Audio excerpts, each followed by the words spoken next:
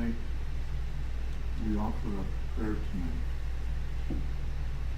on behalf of Alan Ward and his family. Alan's father died today, and Alan and his family are grieving. So we offer our prayer tonight for them. Amor de todos los amores, love of all loves. Passing the line to sing it.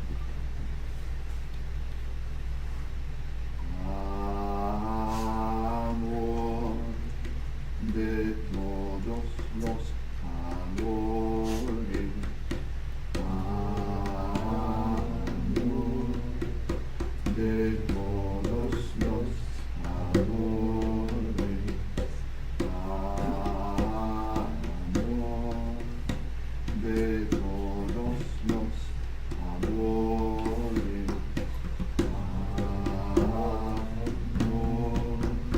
de todos los amores, amor de todos los amores, amor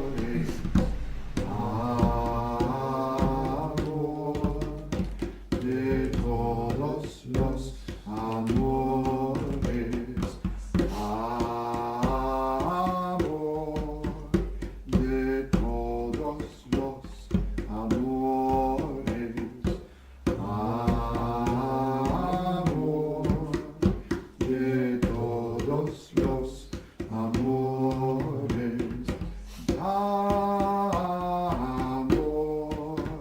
de todos los amores, amor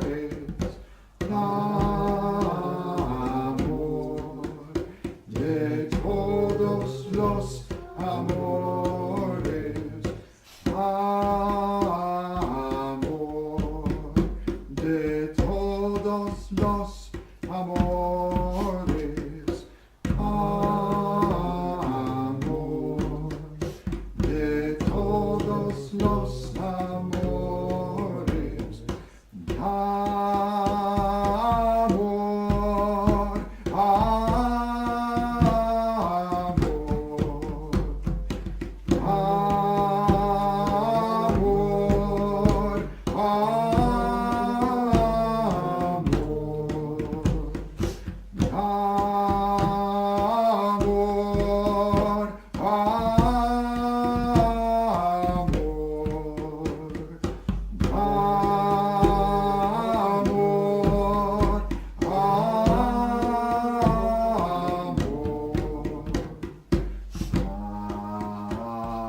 amor de todos los amores, amor,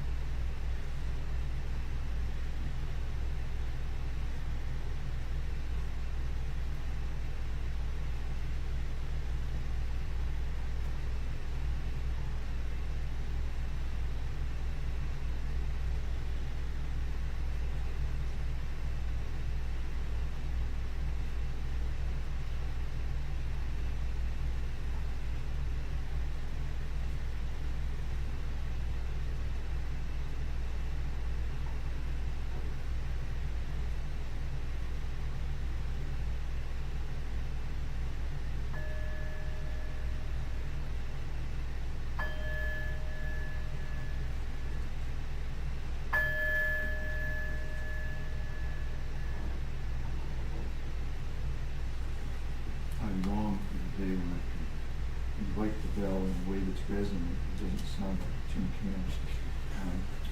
It was kind of hard to do, puppy. So do you all remember when you were young, some of you are still young, sorry, and if you had the experience of sitting around the table at dinner time with your family, and there was a tacit agreement at the dinner table. Now, it may be different in your family, but in my family, which is just my mom, my dad, and myself, there was a sort of unwritten rule, tacit agreement, that we would only talk about certain things, not talk about other things. For example, one of the things we would never talk about at the table was sex. Right? Never. That wasn't allowed. We would never talk about politics. No way, no how. In my family, which was basically racist, my dad was racist, and we would never talk about people of color. Never. It wouldn't come up. There was one other thing that we would not talk about, and that was death. Okay? Now, maybe there's more things that you can add that you can't talk about in your family. Were there more things? Sex, politics, racial issues, death. Anything else? Anna's thinking hard. You got one? No? Deep feelings and emotions. Yes, emotions, deep feelings and emotions, right? That might rock the table at the dinner. Yeah, exactly. That's a really good one. Any others? Couldn't talk about. No, they didn't have much limits. No sex. No sex. That was the big one. And if you did voice an emotion, you'd get slammed immediately. Right. You weren't prohibited, but they'd make fun of you and So put it that down. was kind of like a prohibition. Yeah, it really made you not. Yeah, you don't want to share emotions. Yeah. So, okay. Anything else? No? That's pretty much it? What about drugs? Alcohol? Was that not cool talking about? Or was that? That was cool. Fair game. Yeah, Well, you guys had liberal parents. that might be one word for it. Okay. Well, have you ever heard of something called a death cafe? From you. Oh, anybody else heard of a death cafe? No? Is it like a funeral home? No, it's a gathering of people to talk about, share their feelings or their experiences of death. So, I went to one once and I shared about the death of a close friend and how that affected me, and it felt pretty good actually to talk about it in this coffee shop we were in, with the guys around. And different people would share maybe their fear of death, something related to death. And at first you thought, wow, that's pretty creepy. Let's get together and talk about death. But as it turned out, it was not only therapeutic, but it was actually enjoyable because it was deeper connection with people. Not just talking about superficial stuff, not just goofing around and making jokes about stuff, but actually really listening, talking about things that matter. Deep conversation. It was wonderful. That's all it was. And so we've had a death in our Community of Peace family. Alan's father, David, died today. And it always stops me in my tracks. When I hear about somebody I know who's experienced death. And I don't have much to say about that particular, except for praying for Alan and his family, because in the moment they are in pain. They're not in peace. They're not peaceful. They're painful. And that's the reality. That's just the way it is. But I thought tonight we'd open it up just to share a little bit, whatever one wish, about your experience of death or your feelings about death. This is not a time to intellectualize about death, but more to relate on an emotional level or an experiential level. So if that's okay with you, and if you don't want to do that, that's okay too. We'll just close with a song. But I thought at least we provide the opportunity to do that. So the floor is yours.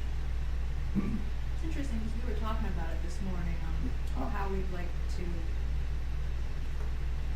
die, discard our body. Hey, sure. Yeah. Yeah. How would you like to die? Just burn me up and just toss me out there.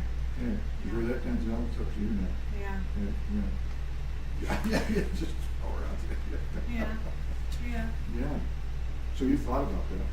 Oh yeah, and Oh, yeah. I tried to initiate this conversation with my parents too. Really? And they seem a little, sometimes avoidant about it. Mhm. Specifically, how you want to die? Well, I kind of lead into like, this is how I want to. How about you guys? I'll show you mine if you show me Yeah, yours. yeah. Okay. And their response was, Well, my dad was, I'm just gonna walk straight into a forest. Just don't bother me. I'm gonna do my own thing in there. yeah. And my stepmom, kind of just dancing around it, never really answering it completely. Yeah. She's Yeah. like, why? Why are we even talking about this Right. kind of thing? So I That's a don't good push- question. Yeah. Did you answer it? I was like, well, everyone's gonna, pick it eventually, and Right. I'm gonna be bearing the responsibility. So help me out a little bit here. Right. Right. Right.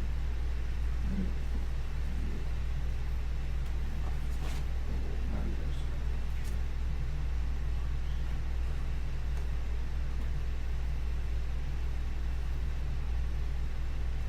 Any other thoughts? Big walking thinking. Yeah. My family with the kids is pretty open, like Anna's indicating. I sent my daughter that end-of-life information, and I said, sorry to be morbid, Corey. And she says, oh, screw morbid, Dad, I'm gonna sell your body to a forensic body farm. She really said that? Yes, she did. So, with Emma was easy. When my dad died, which was in 2000, I felt very confused. Him and I had never had a close connection, and part of me was glad he was gone. He kept calling, and I didn't really want to talk to him. But it was a strange, that lasted quite a while, that was my first introduction to losing somebody. How old were you? 2000 would have been 26 years ago, 55. So your initial response was confusion? Yeah, it just surprised me. What do you think was going on there? I never figured that out. And then, of course, afterwards I'd have a thought like, oh, I should tell Dad about this. And then it'd be like, oh yeah, I can't call him, or, and then that confused feeling would come back again. So, it's a strange thing. Mother can do strange things. With me, like, both my grandmothers died, and like my parents would cry about it, but I'd just be so, I don't know, I felt relief for my grandmothers instead. I wasn't sad about it. I was just like, oh, I'm happy for them. They're on to their next adventure. Yeah. They're just wailing. And I'm like, that's okay. They're on their next adventure. So people respond to death differently. Yeah. Right. Yeah. And that's okay. Yes. Yeah. Yeah. Yeah. You never know how you're going to respond to it. No. No. Kind of like grief just hits you sometimes, and you don't know when it's going to come or leave. Right. It's like Alan and I were talking on the phone today. He said to me, it's not hit me yet. Mm-hmm. And I said something to him like, that's okay, it will. You know, and it may take a while, but sooner or later, death hits you. Yeah. It hits you in different ways, you know, maybe quietly, subtly, but maybe like an earthquake. Yeah. But it does, sooner or later.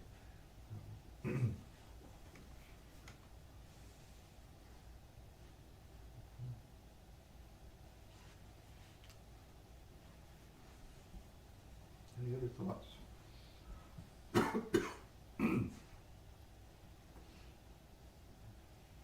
I die, I want to be turned into like one of those fireworks. Two fireworks? No, I want to be turned into like fireworks. Oh. I'll be turned into fireworks. Yeah. and- How are we gonna do that? I don't know, but there's people that make fireworks out of ashes.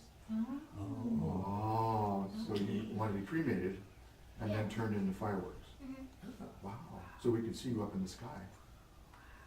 That's pretty amazing. Yeah. Sweet. I sent you a video of it. Wow. Thank you. Somehow when you talk about it, Denzel, I feel very sad because you have your whole life ahead of you. And I wouldn't want you to check out too soon. Wait for me to go first at least. But yeah, that's very, very creative. Wow. Good girl. Good girl, huh? Yeah, they go up and they like explode into patterns. I see yours just going in a great big smiling Denzel looking Yeah. back at us from the sky.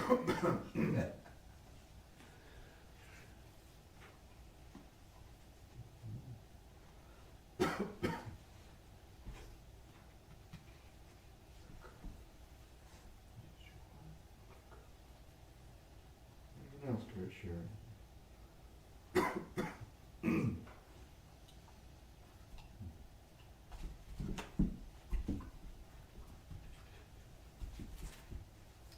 We're doing so well too.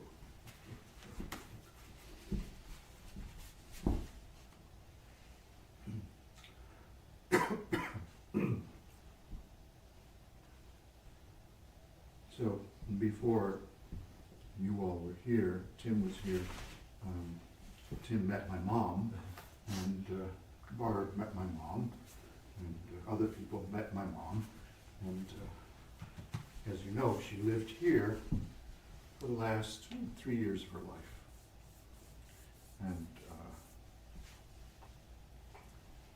And then it was very clear that she was fading.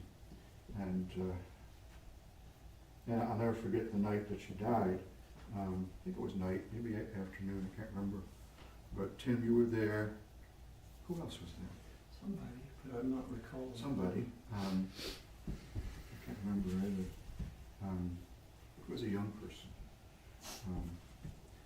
And my mom was lying down. She had been cared for by hospice in the house, in her room. And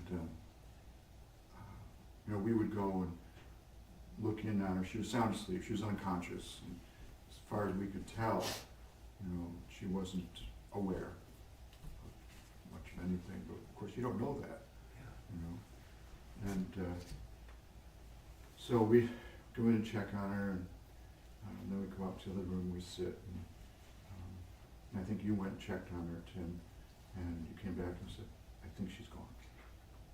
So, yeah. And so I went back in, sat with her, and yeah, she was gone. It was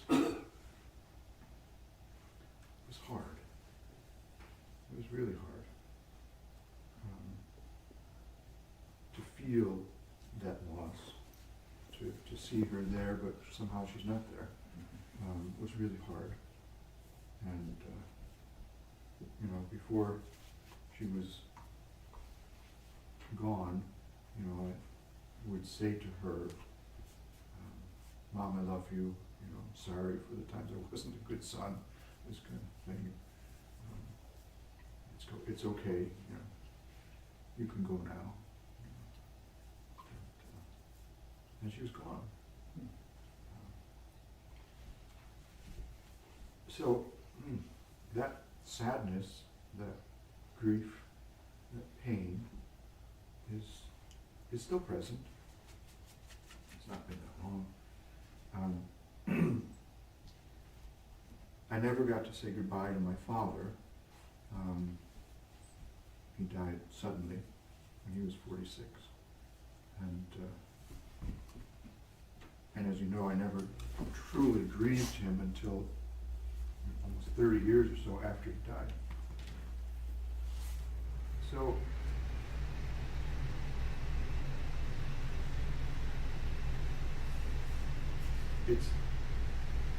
it's always good for me to read the stories of Jesus, how he encountered grief, death. And we all know the shortest verse in the Bible, right? Jesus wept. That's it. That's the whole verse, 2 words. And the story is that his good friend Lazarus died. And Jesus encountered the grieving crowd, and particularly Mary and Martha, his sisters. And it says that as he stood there and they were weeping, he wept.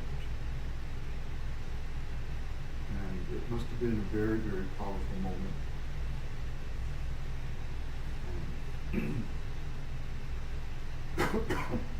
And we could say, well, Jesus knew he was going to raise him from the dead, because that's how the story concludes.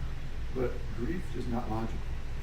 Grief is not human connection, and communion is not rational and intellectual. It's purely primal. And yes, it is. Got your attention.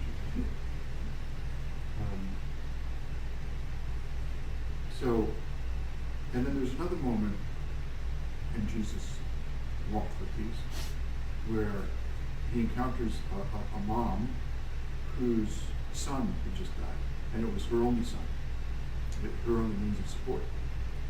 And he's walking along and he sees the funeral procession. And Jesus, being Jesus, goes over to where the son is, the body, and raises him up. Another time, a daughter died, young girl, little girl, and he approaches her and he says to her, "Rise, little lamb," and she gets up.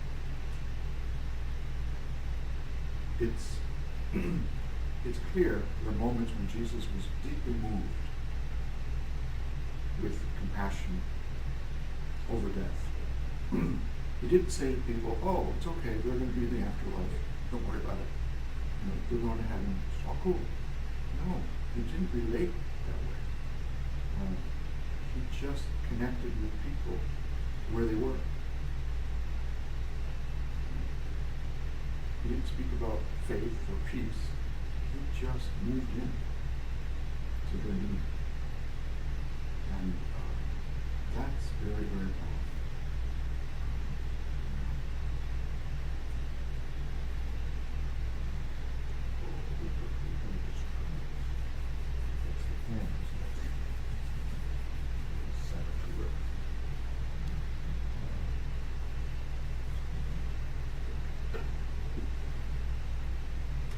Any other thoughts?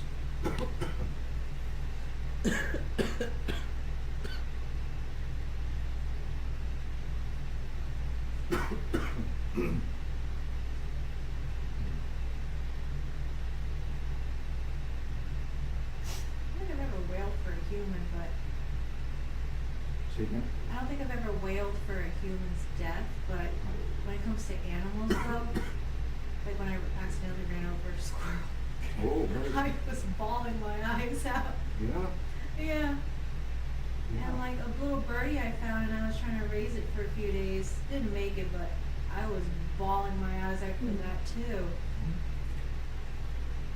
And like afterwards, Ninja made me laugh because when he pooped, he had hair stuck on his poop, and he thought the poop was attacking him, and he was trying to fight it off. And it made me laugh so hard. He was trying to chase it, and it was stuck in his butt. That's what you do in there. Videos? Yes, I do have the video. You can hear my crying too. I don't know what's going on. I'll send the video for y'all.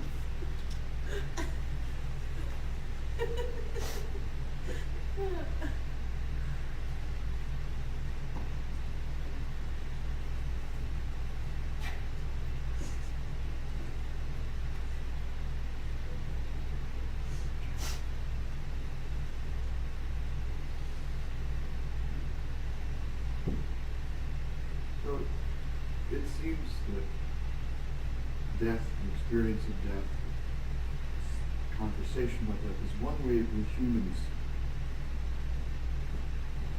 immediately can connect with each other. Because we're all going there. And some of us have experienced it. All of us will experience it in one way or another.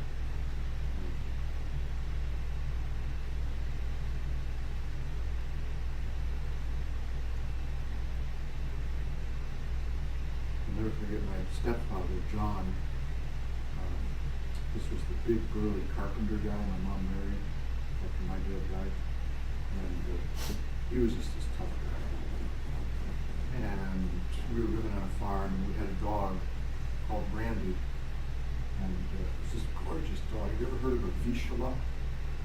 Vizsla, it's a Hungarian dog. And it's got red feet. And it's wonderful, beautiful, silly, and dog, kind of big. And so we had this dog on the farm. And we all loved the dog. And one day, John was out, and we heard the screech of brakes, and a car had hit the dog and killed the dog. Okay, is that right? No. And so John went out to the road, and the driver of the car apologized profusely. John said, no, he's got this bad habit of chasing cars. And I watched him, and at first there was no sign of any emotion. But the car, the driver that hit him took off, and he stood.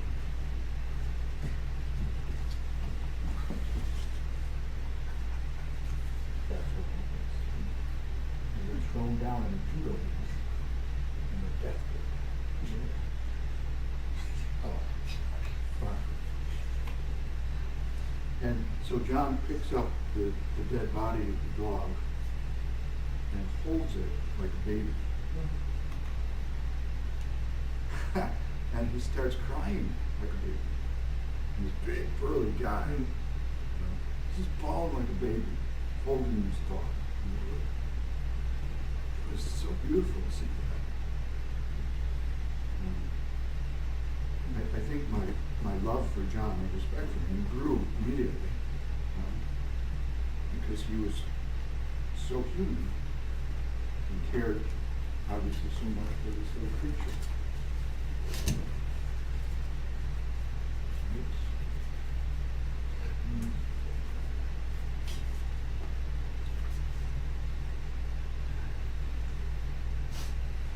So, Denzel, you might want to write down your wishes. 'Cause, I don't know, it might be helpful and entertaining.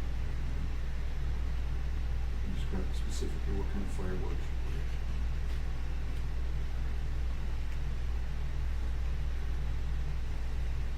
All right, so we'll close with a song.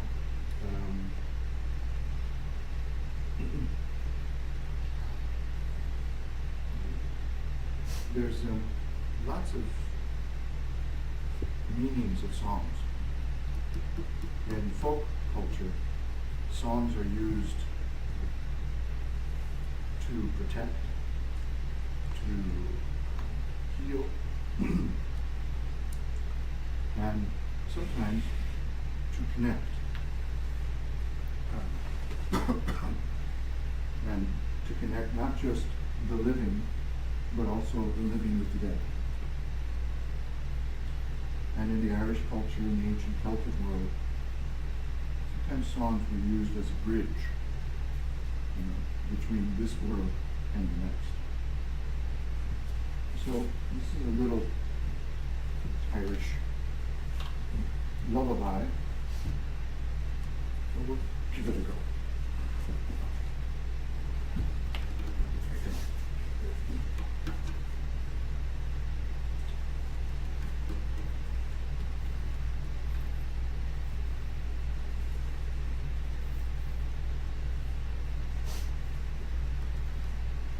Lula, lula, la.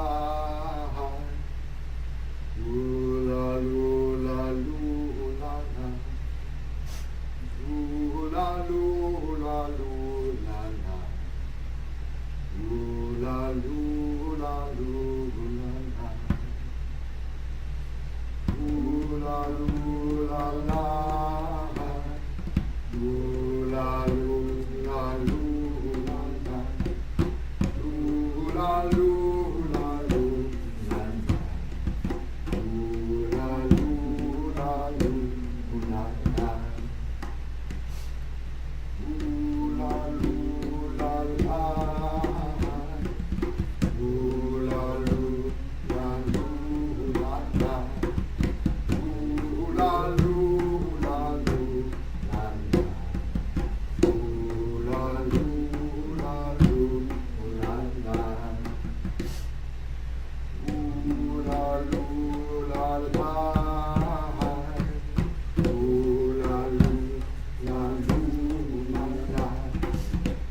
Ooh-la, loo-la, loo-la, la. Ooh-la, loo-la, la. Ooh-la, loo-la, loo-la, la. Ooh-la, loo-la, loo-la, la. Ooh-la, loo-la, loo-la, la. To close of this day, we give you thanks for your great love that crosses worlds, that crosses eternities, that connects us with each other and with the living and the dead. We pray tonight especially for Alan and his family as they feel their loss and grief. May they be comforted, consoled in their sorrow and pain. May peace